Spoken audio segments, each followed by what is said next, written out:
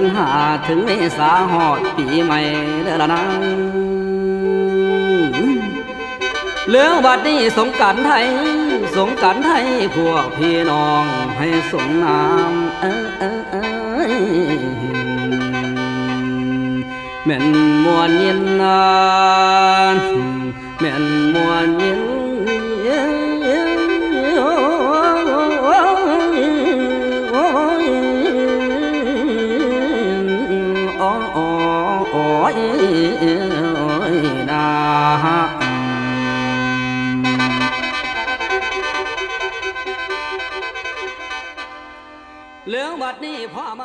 กราบสวัสดีครับพ่อแม่พี่น้องชาวบ้านโอดผู้ฮักบ้านฮักเมืองผู้ฮักท้องถิ่นบ้านเฮาสิ่งที่พี่น้องสิได้เห็นสิได้ฟังต่อไปนี้คือเรื่องราว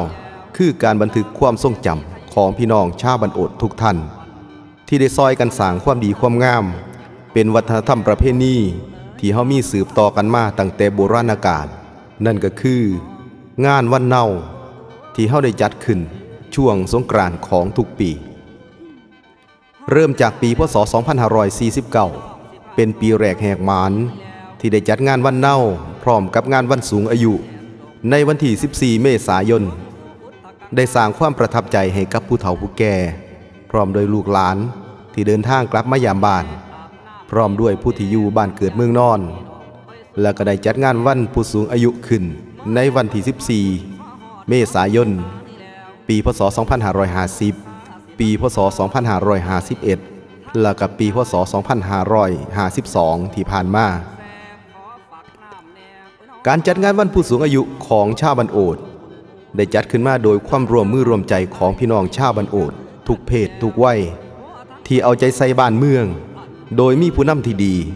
ผู้นำที่มีความเข้มแข็งซึ่งขอยกย่องชมเชยทุกท่านโดยเฉพาะนางประไพพื้นปูมหรือแม่หลายผู้ที่เป็นแม่งานและกับเป็นผู้ที่มีความคิดริเริ่มจัดงานขึ้นมาตั้งแต่สมัยที่เป็นประธานอสม.ของบ้านโอดและในระยะต่อมาก็ได้รับการเลือกตั้งเป็นผู้ใหญ่บ้านหญิงคนแรกของบ้านโอดการจัดงานในปีพ.ศ. 2552 ที่ผ่านมาผู้ที่รับเป็นแม่งานก็คือประธานอสม.คนต่อมาก็คือนางสิริวัลย์ชัยชนะโดยมีผู้ใหญ่บ้านผู้ยิ่งคนใหม่เป็นที่ปรึกษา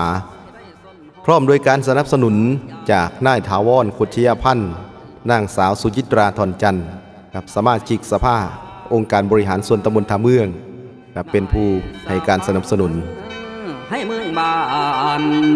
คอยจาลาดเดือละคำ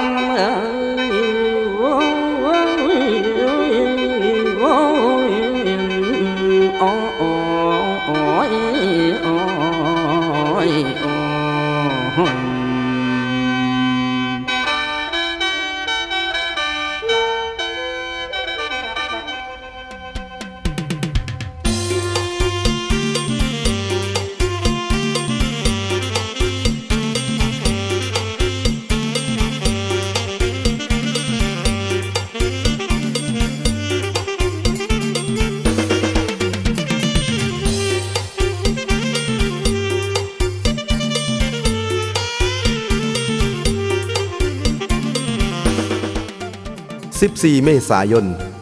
เป็นวันผู้สูงอายุของชาวบ้านโอดความอบอุ่นของผู้เป็นพ่อเป็นแม่คือการที่ได้มีลูกหลานเป็นคนกตัญญูเป็นคนหูผู้ดีเป็นคนที่มีความคิดสร้างสรรค์เป็นคนเฮ็ดงานเพื่อบ้านเพื่อเมืองเพื่อพ่อเพื่อแม่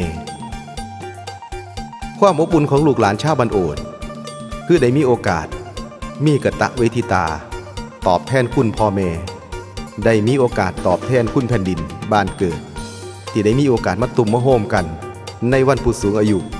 เป็นโอกาสหนึ่งที่ลูกหลานได้มีการแสดงออกซึ่งความกตัญญูกตเวทิตาต่อพ่อแต่แม่ช่วงเวลาต่อจากนี้ไปเป็นบรรยากาศแห่งความทรงจำที่เฮาได้เคยมีการบันทึกกันไว้ทุกวันที่ 14 เมษายนด้วยความหักด้วยความสมัครสมานสามัคคีของพี่น้องชาวบ้านโอดทุกคน